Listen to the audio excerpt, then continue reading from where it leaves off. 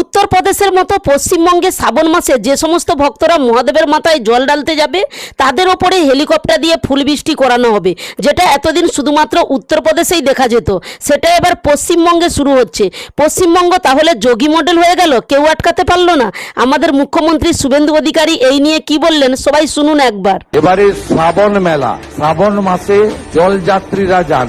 আমরা এবারে শেওড়াফুলি থেকে তারকেশ্বর যাওয়ার পথে প্রতি 5 কিলোমিটার অন্তর অন্তর সেবা কেন্দ্র স্থাপন করছে সরকার এবং তারকেশ্বর ধামে আমরা প্রায় 15 কোটি টাকার কাজ করছি ওখানে আমাদের বাবা ধামকে সাজানোর জন্য। শ্রাবণ মাসে পুলিশের সহায়তা ক্যাম্প, টেম্পোরারি মেডিকেল ক্যাম্প এবং তাদের রিফ্রেশমেন্টের জন্য জল, ওয়ারেস এবং নানা ধরনের স্বাস্থ্যসম্মত যে সহযোগিতা করা দরকার সেগুলো এবং রেস্ট প্লেস, বিশ্রামের জায়গা আমরা সেই ব্যবস্থাও করেছি। এর বাইরেও শুনলে খুশি হবেন, আধ্যাত্মিক চেতনার এই ভূমিতে আমরা সরকারি হেলিকপ্টার থেকে যারা জলযাত্রী যাবেন শ্রাবণ মাসের প্রত্যেকটি সোমবার তাদের উপরে পুষ্পবৃষ্টি, গোলাপ বৃষ্টি করারও সিদ্ধান্ত গ্রহণ করেছি যদি আবহাওয়া পারমিট করে।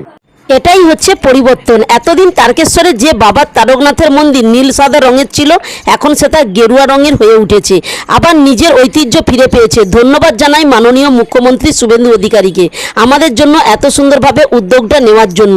আর আপনারা এই ভিডিওটাকে সকলে বেশি বেশি শেয়ার করে দিবেন যাতে পশ্চিমবঙ্গের প্রতিটা মানুষ জানতে পারে।